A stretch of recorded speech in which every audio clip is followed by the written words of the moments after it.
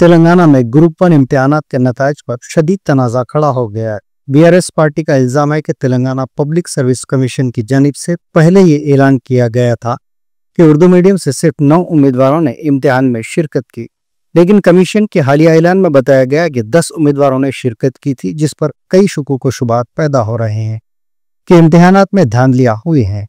इस मामले पर बीआरएस के रुकने असम्बली पी कौशिक रेड्डी ने शदीद रद्द-ए-अमल जाहिर करते हुए कहा कि ग्रुप वन इम्तिहानात के नतायज में शदीद बेज़ाब्तियां पाई गई हैं, जो कि तेलंगाना की तारीख का सबसे बड़ा इस्काम बन चुका है। उन्होंने मुतालबा किया कि इस मामले की सीबीआई तहकीकात होनी चाहिए ताकि हकीकत अवाम के सामने आ सके।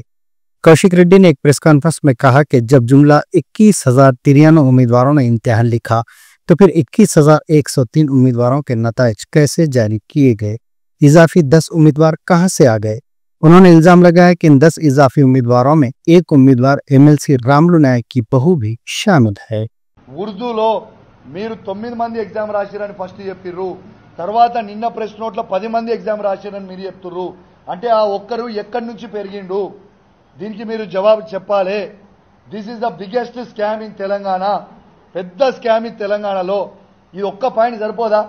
డిసెంబర్ 9th రోజు డిసెంబర్ ఉర్దూ ఎగ్జామ్ కి 9 మంది రాసిర్రు అని మార్చి 3 నాడు వాళ్ళే డిక్లేర్ చేస్తారు. నిన్న వాళ్ళు 10 మంది ఒక్కరు ఎట్లా పెరిగిర్రు అంటే వీళ్ళంతా స్కామ్ కాదా? ఇది 100% scam. This is the biggest scam in Telangana. 100% దీన్ని రద్దు చేయాలి, మళ్ళా ఎంక్వైరీ చేయాలి. దీని మీద ఖచ్చితంగా జ్యుడిషియరీ ఎంక్వైరీ జరగాలి, సిబిఐ ఎంక్వైరీ. సరే, దీని మీద ఎవ్వరికి ఏమీ అనుమానాలు లేవు.